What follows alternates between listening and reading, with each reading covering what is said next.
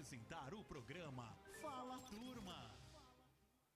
Fala turma, olha, começamos mais um programa hoje aqui na Rádio Paraná Oficial, hoje sexta-feira, e é o primeiro programa que eu faço no novo espaço da Rádio Paraná Oficial. Então você que está acompanhando a gente pelo Instagram, pelo YouTube, pelas redes sociais, pelo nosso site www.radioparanaoficial.com.br, nós estamos de casa nova, nós estamos com estúdio novo, tá? Uma pegada aí de renovação da Rádio Paraná Oficial.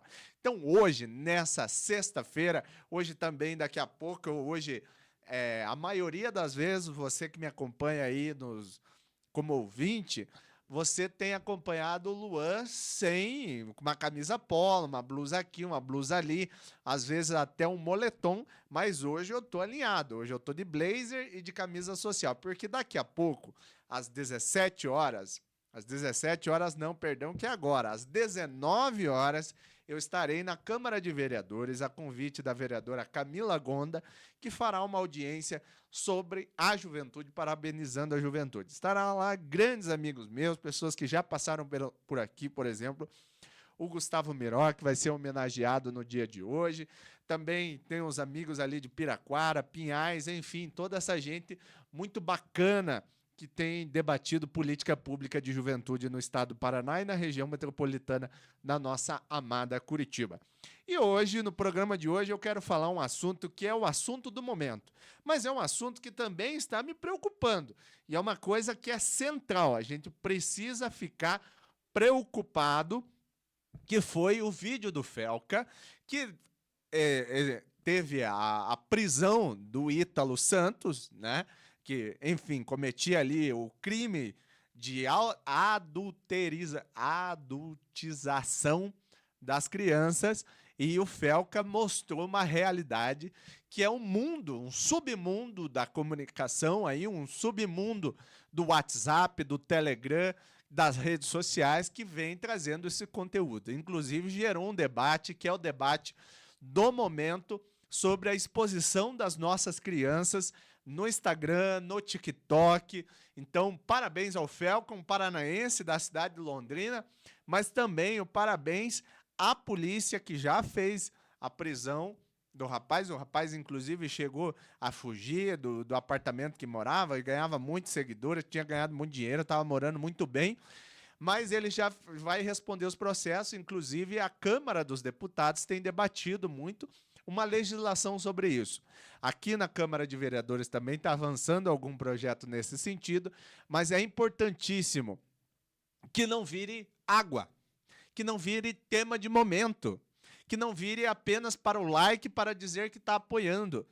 A maioria dos políticos, seja de direita ou de esquerda, falaram sobre esse tema.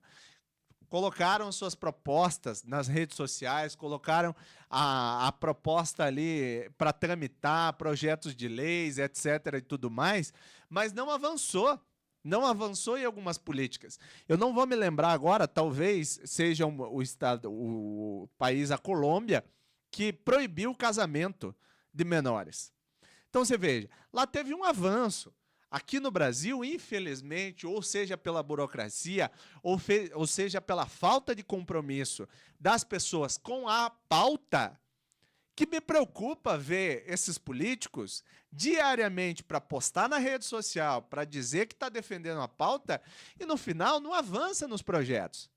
Não explica para a população por que não avançou. E há uns projetos que, infelizmente, se tornam, o que eu posso dizer com a maior tristeza do mundo, apenas para ganhar seguidores no Instagram, ou na rede social, ou no TikTok, enfim. Mas e o projeto, e o avanço? E aqui parabenizar a senadora Damares, do Republicanos do DF, que falou sobre o tema, e ela vem falando sobre o tema muito antes do tema estar em voga. E outras vereadoras, vereadora deputada Maria Vitória fez uma audiência pública sobre a questão da primeira infância. Nós temos que proteger nossas crianças. Vou dar um exemplo clássico aqui, falar para vocês. A Regional Tatuquara tem mais de 103 mil pessoas. Se nós fôssemos um município, seríamos um município entre os 25 maiores municípios do estado do Paraná. Maior que Pato Branco, maior que Beltrão, maior do que Paranavaí. E lá precisa de mais um conselho tutelar. Precisa de mais um conselho tutelar, porque o número de crianças que estão sendo atendidas naquele espaço não condiz com a realidade. Então vamos fazer um pacto pela primeira infância. Vamos fazer um pacto pela defesa das nossas crianças. Vamos fazer um pacto e entender que quem trabalha com política de juventude, com política de infância, precisa de mais investimento, precisa de mais estrutura, para que não seja apenas um like, um TikTok, um vídeo bem gravado. Então, vai aqui a minha recomendação a você, vereador, você, vereadora, que fez um projeto de lei referente à questão do Felca, porque estava em alta. Você tem a obrigação de continuar mostrando à população porque o projeto ou foi ou não foi para frente.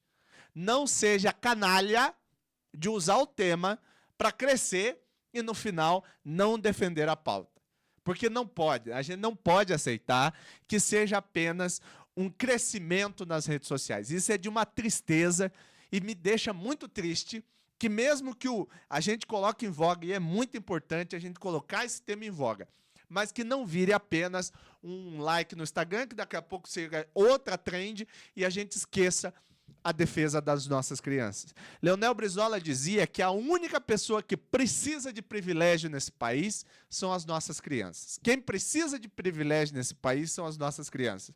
Então, o que o Felca fez, o que a pauta se tornou em voga, você, político, que acompanha nas redes sociais, que foi lá fazer o projeto de lei, você tem a obrigação de fazer com que esse trabalho seja cotidiano. Que não seja apenas um like para o seu Instagram. Parabéns à polícia, parabéns ao Ministério Público da Paraíba também, que teve lá, já fez toda a busca e apreensão, já acelerou esse projeto. Mas, gente, volto a dizer, política de primeira infância, política da infância no estado do Paraná, na cidade de Curitiba, não pode ficar na goela. E parabéns também que eu tenho acompanhado nas redes sociais o trabalho do secretário Rogério Carboni. A política de assistência social, que abrange a política de primeira infância, precisa do nosso apoio. A gente precisa de mais conselheiros tutelares, porque a estrutura é pequena. Veja bem, na cidade de Marechal Cândido Rondon, que é menor do que muitos bairros de Curitiba, precisa de assistência, precisa de carro, porque não há possibilidade da gente fazer a defesa das nossas crianças se não houver estrutura. Então, vereador, deputado, você que está na política e que tenha mandato, tome vergonha na cara e não fique apenas num post do Instagram, tá bom?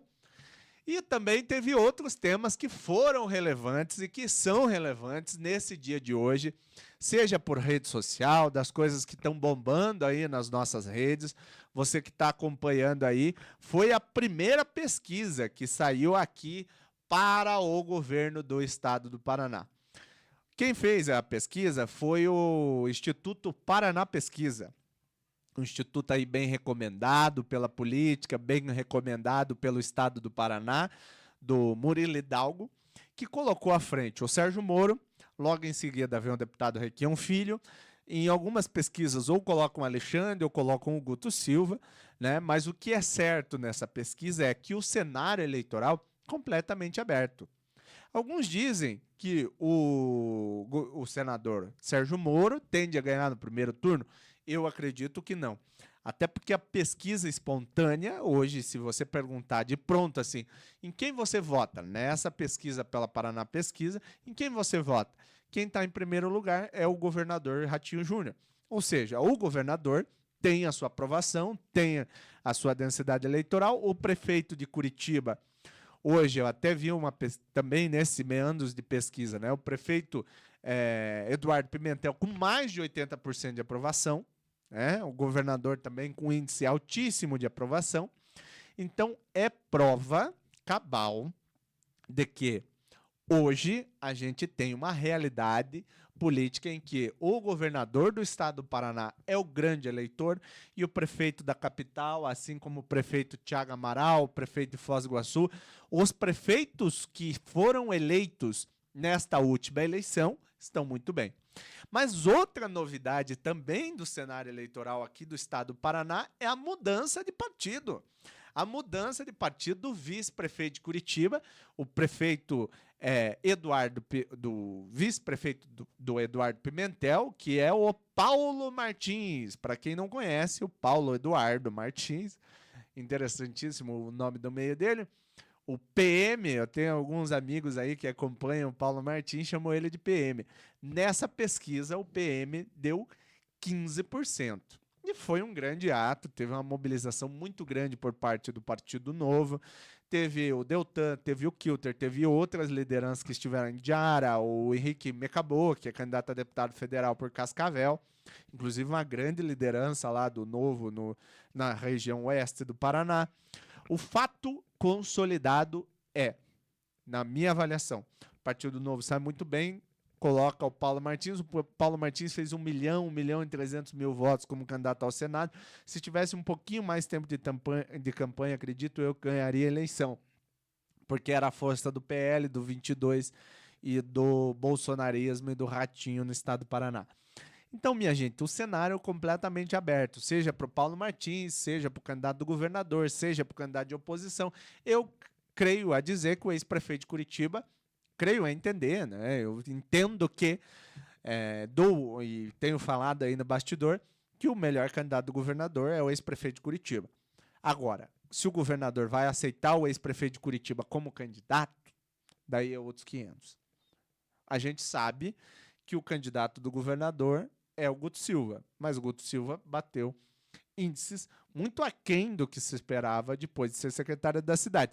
Contudo, entretanto, ele foi secretário da Casa Civil e é o secretário das cidades e foi secretário de planejamento. Então, ele conhece da administração, sabe quem é os prefeitos, sabe quem são os grandes eleitores e players na eleição para governador. E, gente, quem já passou pela Secretaria das Cidades sabe que a Secretaria das Cidades é uma escola de governadores. A gente tem 2 exemplos. O ex-governador Roberto Requião, que saiu da Prefeitura de Curitiba e foi ser secretário de urbanismo, que na época não era secretário das cidades, foi ser secretário de urbanismo do governador Álvaro Dias. Em 1990, elegeu-se governador do estado do Paraná.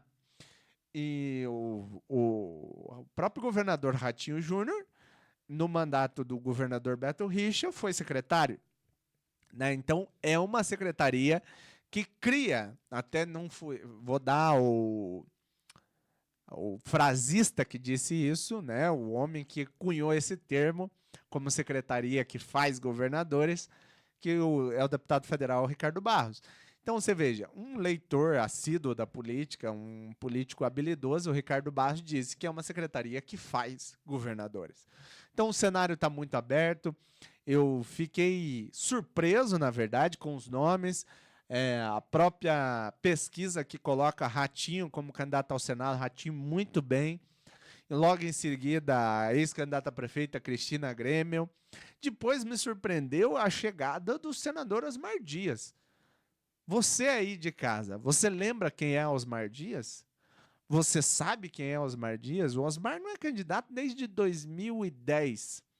2010 para 2026, lá se vão 16 anos sem estar na urna.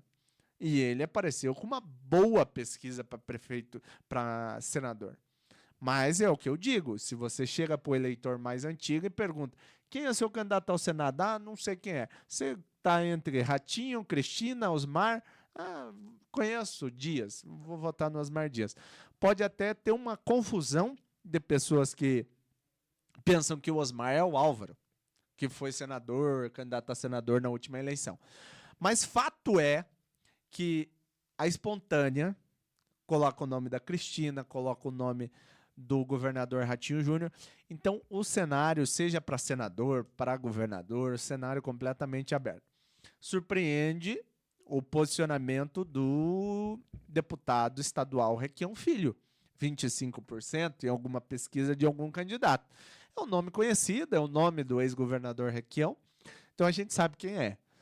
Eu digo a vocês, o cenário é completamente aberto, vai ter que esperar como a máquina vai trabalhar, tem muitas variáveis, muitas coisas a ponderar, e, enfim, o cenário está completamente aberto.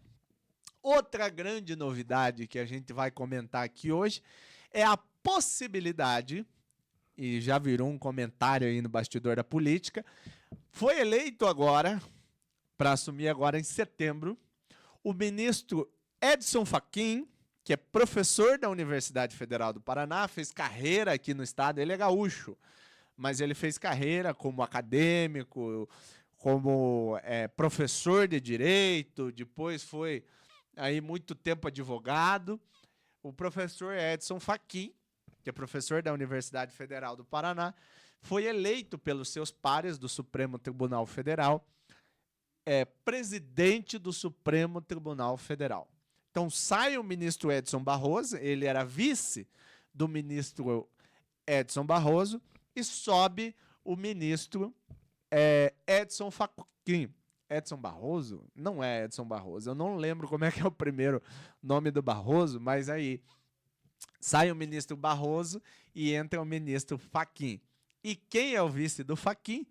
Xandão. O Xandão é o ministro Alexandre de Moraes, é o vice-presidente do Supremo Tribunal Federal.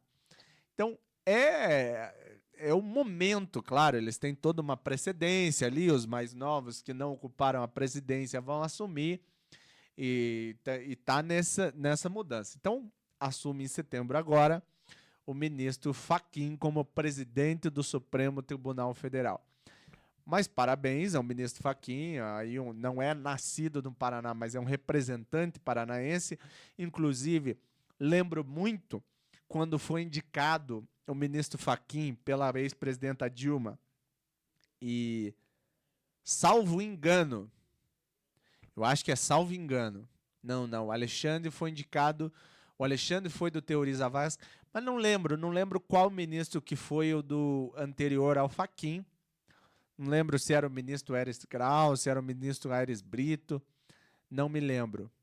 Não vou lembrar agora. Mas fato é, eu acho que era o ministro Teoriza Vasque. Olha, eu acho que era o ministro Teoriza Vasque que caiu lá no acidente de avião e o Fachin pegou o cargo dele porque ele pegou os casos da Lava Jato. Eu tô sem celular aqui, então posso estar falando alguma bobagem. Mas agora me pegou, porque eu não lembro se o Alexandre de Moraes é um indicado do Teoriza Vasque. Ah, é verdade. O Alexandre eu acho que é um indicado do Teoriza Vasque. É o sucessor do Teori. Porque o ministro Celso de Mello é o André Mendonça e o outro ministro lá que eu não lembro, Cássio Nunes. Tem 2 ministros aí. Mas, enfim, a questão não é essa. A questão é que há uma mudança no Supremo Tribunal Federal, mas há também uma conversa de bastidor, que é super interessante da gente falar, que é o ministro Luiz Roberto Barroso. Eu falei Edson Barroso, mas me veio à memória Luiz Roberto Barroso pedirá com antecedência a sua aposentadoria. Então você veja bem, o ministro está pedindo a sua aposentadoria. E aí está a grande questão. Mas quem será o sucessor? Quem pode entrar para o Supremo Tribunal Federal? Já virou conversa, inclusive gente dizendo que o ministro Gilmar Mendes disse que o candidato do STF é o Pacheco. Você lembra quem é o Pacheco? Rodrigo Pacheco? O Pacheco foi presidente do Senado no final do governo Bolsonaro e no início do governo do presidente Lula. E o Pacheco era o candidato do Lula a governador de Minas. Só que pensem vocês, você que está nos acompanhando, o Pacheco sabe que não se elege em Minas hoje, seja governador, Governador, há controvérsias, mas a senador, porque ele se elegeu no movimento de direita e depois faz a migração. E porque o que sinaliza melhor é um cara, ele foi presidente da OAB, né? Não é desqualificado para ser ministro do Supremo Tribunal Federal. Ele tem suas qualificações para ser ministro do Supremo Tribunal Federal.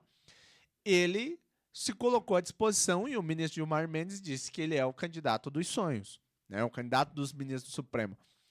E é um cara da política.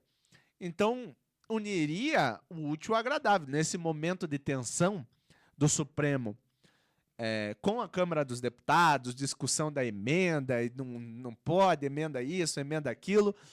Nesse momento, você tem a discussão da necessidade de você colocar no Supremo Tribunal Federal pessoas com qualificação, mas que tenham esse relacionamento político. Agora vem o X da questão, que sempre houve a discussão, quando indicaram o Flávio Dino no governo do Lula, que o Lula devia colocar uma mulher para a vaga do Supremo Tribunal Federal. E não foi posto, né? A saída da ministra Rosa Weber não ficou. Hoje, acredito eu que só esteja lá a ministra Carmen Lúcia. Então, vai haver essa discussão aí de colocar uma mulher para o Supremo Tribunal Federal. Mas o ministro Rodrigo Pacheco, o senador Rodrigo Pacheco, é qualificadíssimo para assumir a frente, né, de candidato a ministro do Supremo Tribunal Federal. E, com toda certeza, ele tem a adesão de setores do Supremo Tribunal Federal e até mesmo da política. O cara é filiado ao PSD, é um partido tem força, tem entrada com Midas, que é o Gilberto Kassab. Kassab esse, mas enfim, para terminar o assunto, depois a gente passa para o Kassab, mas para terminar o assunto a possibilidade de o ministro Luiz Roberto Barroso terminar sua presidência no Supremo, pedir aposentadoria antecipar sua aposentadoria e possivelmente o ministro ou senador Rodrigo Pacheco ser indicado pela política e pelo Supremo futuro ministro do Supremo Tribunal Federal. Enfim, vamos ver. Mas aí que vem PSD, Partido Social Democrático, o novo partido do Brasil. O PSD no Brasil hoje, que é o grande fiador da balança, eu assisti, recomendo a vocês, o ex-ministro, presidente do PSD, Gilberto Kassab, disse, né, que o seu candidato a presidente é Ratinho Júnior. Aí que está o X da questão. O governador do estado do Paraná é pré-candidato a presidente da República. Inclusive, os ministros do PSD, o Alexandre Silveira, o ministro da Pesca lá, que eu não lembro o nome, que é do De Paula, e tem mais um ministro do PSD, o Fávaro, ministro da Agricultura. A minha memória tá boa hoje. Esses 3 ministros do PSD entraram no governo e estão lá trabalhandinho assim para se colocar politicamente na reeleição do Lula junto com o PSD. Mas o Gilberto Kassab já disse para o Lula e para o governo e para todo mundo que o PSD terá candidato a presidente da República e é o governador Ratinho Júnior. O governador Ratinho Júnior estava viajando, estava em São Paulo, daqui a pouco está na COP. Está se movimentando. O fato é esse, o governador do estado do Paraná hoje está se movimentando. Também existe outro pré-candidato, que é o governador, também outro governador, né? O governador Eduardo Leite, governador do Rio Grande do Sul. Então, assim, o jogo está aberto, o cenário é incerto. Mas o que é fato é que hoje no Paraná ele ganharia. Em segundo vem o ex-presidente Jair Bolsonaro e depois o presidente Lula com 19%. Até achei bastante do Lula aqui no estado do Paraná. Mas o Lula tem 20 a 25, 30% em qualquer, seja aí os estados do sul e do sudeste do país.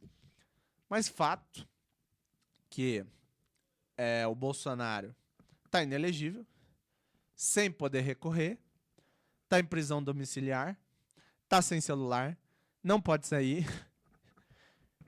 A situação dele não está fácil, né? Então, mas o que eu faria não é o que os caras vão fazer necessariamente, mas o que eu acredito é que o Bolsonaro vai colocar a sua pré-candidatura, o TRE, o TSE vai negar a candidatura dele, por óbvio, né? E daí vão escolher outro nome do PL. Mas não acho que o governador Ratinho Júnior seja candidato a presidente da República. Pode ser, e aí que seria a grande virada de chave de qualquer eleição, que o ex-presidente Jair Bolsonaro indique a vice do Ratinho. Poderia ser uma chapa?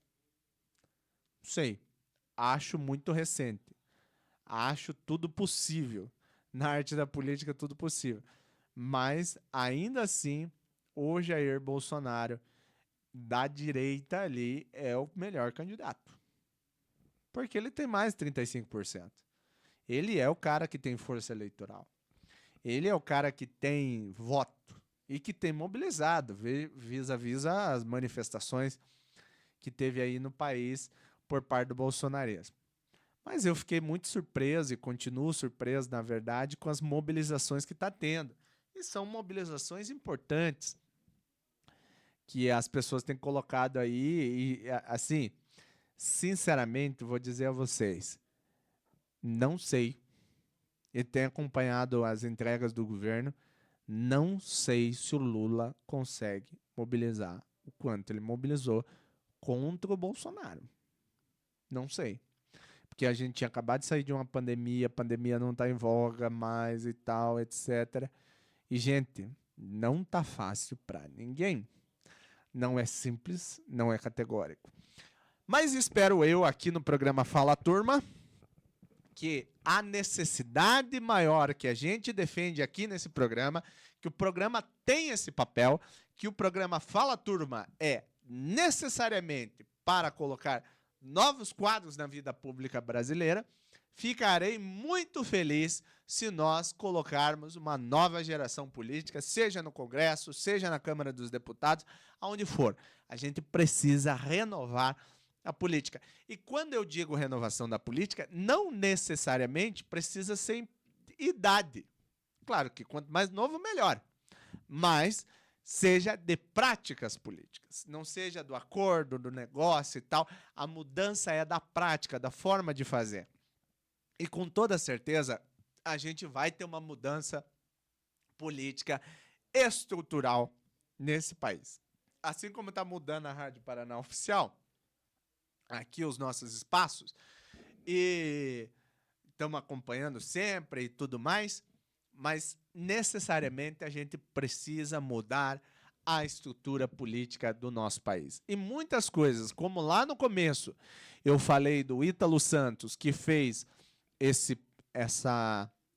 o Felca, na verdade, que fez o combate à adultização das nossas crianças, nós precisamos de mais pessoas colocando de frente, passando de frente. Saiu no Jornal Nacional, saiu nos programas de domingo da Globo. Então, é o tema nacional. Domingos, não é, eu vou falar errado. Fantástico! Eu não sei se é fantástico ainda. Faz tempo que eu não assisto televisão, né? Hoje a gente só está no TikTok, no Instagram, nas redes sociais, né? Você dificilmente está assistindo televisão. E até tem uma migração desses portais de notícia oficial, né, para as redes sociais. Você não vê mais a Globo não postando no Facebook, não postando no Instagram. Eles estão lá, estão no TikTok. Inclusive, estão virando entidades privadas, né? Estão virando sociedades privadas. É complicada a situação do Brasil hoje, até dessa comunicação mais tradicional, dos grandes meios de comunicação, está mudando e esses digitais influencers estão chegando de uma forma que a gente tem que acompanhar. E, gente, deixa eu dar só segura um pouquinho que hoje eu estou sem celular aqui porque eu esqueci do meu celular. E agora eu não consigo nem ver a placa ali. Peraí.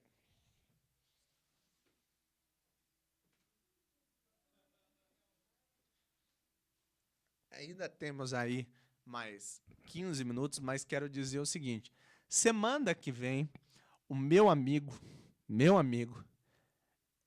Alexandre, não Alexandre Domingues, mas o Alexandre do Concepir, que é do Conselho de Igualdade Racial do nosso estado, estará aqui para falar da jovem aprendizagem. Você vai falar, mas Luan, a gente já não conversou com a Mariane, mas tem um projeto central que é a aprendizagem do estado do Paraná. A gente precisa acompanhar a aprendizagem no estado do Paraná. É uma centralidade, olha, eu vou começar a colocar, olha, nem tinha reparado nisso aqui. Olha. Mas, enfim, a gente vai ter semana que vem essa palestra aqui, essa fala do meu amigo do Concepir, para falar sobre o Jesus do céu, o programa de aprendizagem no estado do Paraná, que é extremamente importante. Políticas de aprendizagem, a gente tem que valorizar. A gente falou já da infância aqui, que também é uma política extremamente necessária, né, que precisa de investimento, que precisa de participação, que precisa de projeto mesmo em defesa do estado do Paraná. Isso é um fato.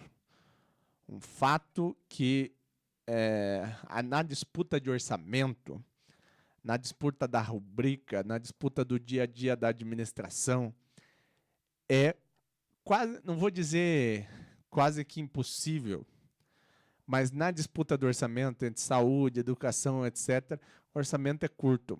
E essas políticas, seja a política de juventude, seja a política de qualquer política que você possa imaginar, gente, a gente precisa de mais participação. A gente precisa de garantia de participar, de estar movimentando, porque, pense só, vamos pegar o caso que eu conheço mais, que tem uma relação muito boa com as conselheiras, lá no Tatuquara.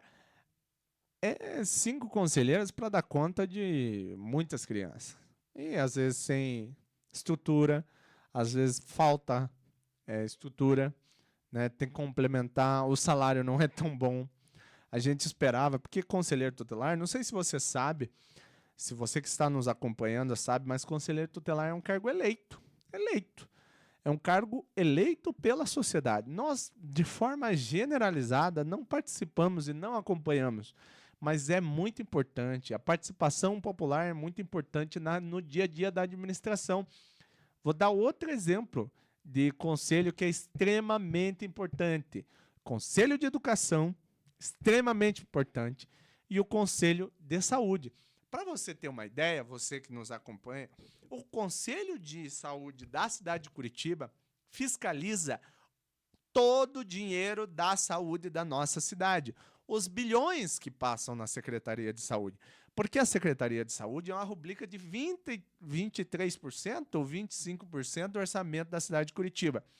O orçamento da cidade de Curitiba hoje é 12 bi.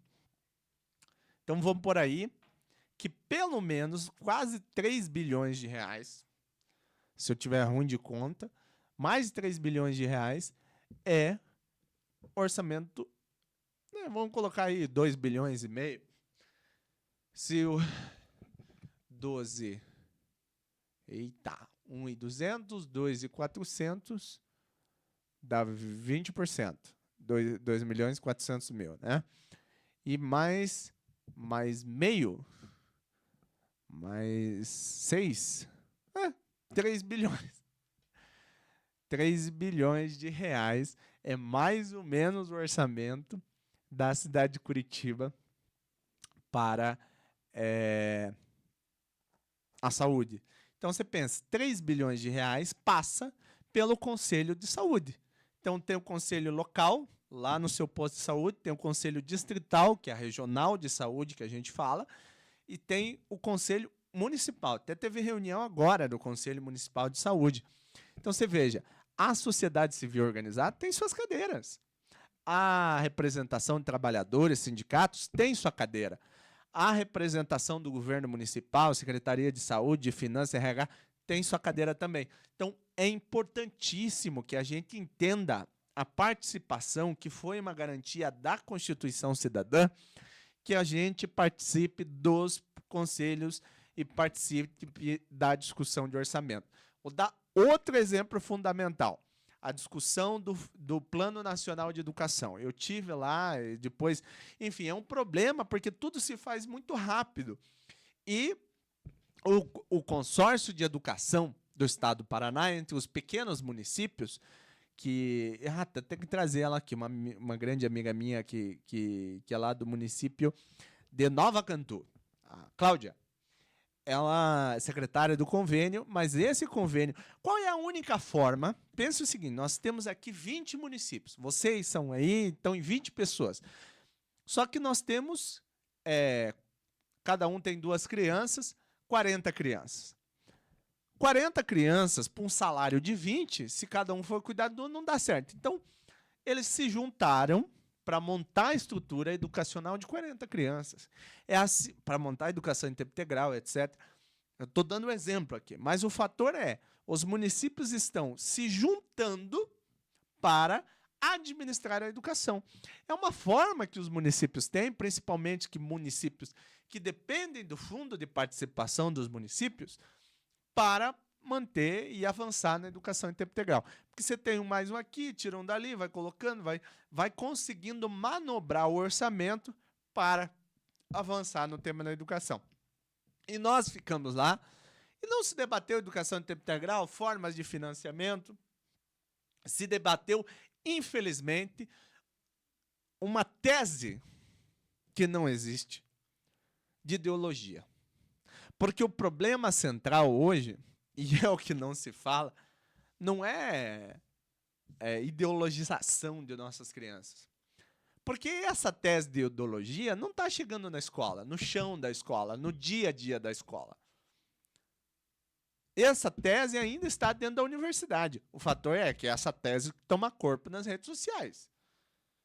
Toma corpo porque dá like, enfim, a discussão que a gente sempre vem falando sobre aqui. Mas o dia a dia da escola é o problema da falta de professor qualificado, é a falta de uma estrutura adequada, de uma mesa, de uma sala, de uma televisão, de um giz até. Então, você pense, o problema do professor hoje, do aluno e dos pais de aluno, não é essa discussão ideológica. O problema, fator central é, nós não temos a estrutura e nem o investimento necessário para manter a educação, seja da cidade de Curitiba, que tem um orçamento bilionário, seja de qualquer município do estado do Paraná, para avançar nesse sentido. E, gente, eu falo não só como estudante, mas falo porque acompanhei diversos programas e projetos de educação que avançaram. A cidade de Pinhais, que a prefeita Rosa Maria e a ex-secretária de Educação, Andréa Francischini, avançou muito. E não há, porque eu acompanho, esse tema de ideologia dentro de sala de aula. Elas estão preocupadas com o investimento, elas estão preocupadas com a alimentação. Hoje, a Prefeitura Municipal de Curitiba hoje tem uma secretaria para tratar da questão da segurança alimentar. A segurança alimentar é um problema, é uma situação que a gente tem que avançar nas nossas políticas de juventude das nossas crianças. Então, você veja, é todo um complexo de políticas que o município precisa fazer, que não é só pegar uma criança e achar que escola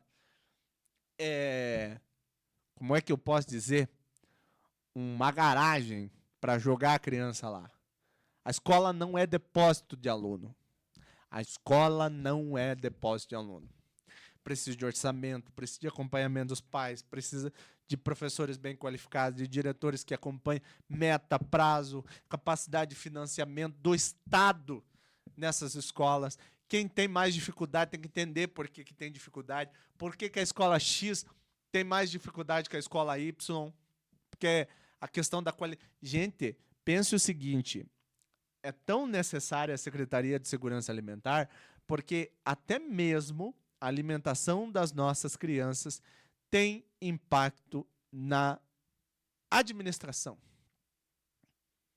do dia a dia da escola. Tem impacto. Porque uma criança bem alimentada, ela vai estudar melhor, ela vai prestar mais atenção, ela vai ir melhor nas atividades. Então, da entrega das notas das escolas, a gente tem, sim, impacto na alimentação. Tem, sim, um impacto na qualificação, na formação dos professores. Isso é fato. Isso é fato, comprovado. Então, pense só, vocês aí que estão junto comigo. Então, não é só dinheiro, mas a forma de administrar o dinheiro, a forma de capacitar o professor, a forma de pensar a educação.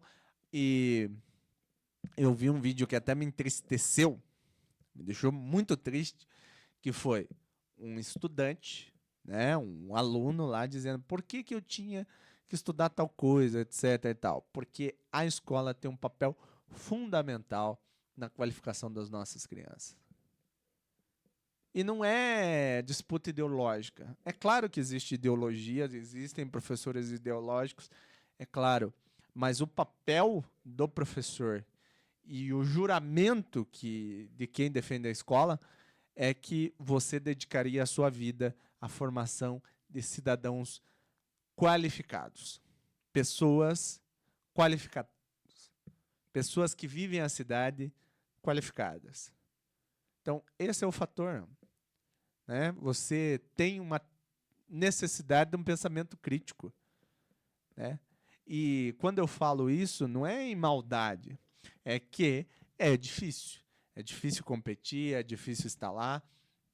E só mesmo a educação... Eu vi, gente, tem 2 casos fenomenais, Tabata Amaral e Renan Ferreirinha, do Rio de Janeiro, a Tabata de São Paulo, que entraram na média da comunicação, da educação e foram para Harvard, foram para fora, estudaram, se qualificaram. Hoje o Renan, acho que é secretário de Educação da cidade do Rio de Janeiro, e a Tabata é uma deputada federal do Ferreirinha, defensora da educação, seja nas formas de financiamento, Fundeb, etc. e tal, seja nas outras formas que a gente possa imaginar aí para a educação pública no estado do Paraná. E agora, a grande novidade é esses debates, enfim, que a gente já falou de educação, já falamos da primeira infância, de temas que são necessários para a cidade de Curitiba. Eu pela primeira vez, telepata, eu já ia citar seu nome, doutor Alexandre, porque eu não sei, eu não consigo ver que horas são e eu esqueci meu celular ali na recepção. Vamos programar um relógio aqui nos estúdios dos 2 lados para que sempre seja informada a hora certa. A hora certa. Você veja só, eu não sei aqui agora, né, mas olha aqui, ó, que bacana. Olha que bacana. Olha que bacana, eu não consigo ver porque o negócio está de lado. Olha, escute que bacana. Escuta. 17h57. Olha! Quando você pergunta a hora de novo. Que horas são? 17h57. Faltam 3 minutos para encerrar esse grande programa. É verdade, é verdade. Mas só que o computador está com o horário atrasado 2 minutos. Ai, ai, ai. Então, se ele está atrasado 2 minutos, olha a hora. 17h58. Então já são são 18 horas. Então agradecer a você que está nos acompanhando aí na Rádio Paraná Oficial. Segue no Instagram. Instagram é Rádio Paraná Oficial. Segue no TikTok também, que tem TikTok, que eu lembro, só que eu não lembro qual que é o TikTok. Tudo Rádio Paraná Oficial. É tudo @Rádio Paraná Oficial. YouTube, Kawaii, tudo @Paraná TikTok. É tudo @Paraná Oficial. Rádio Paraná Oficial. Então, perfeito. Então, segue a gente no Instagram e até quarta-feira que vem, se Deus quiser.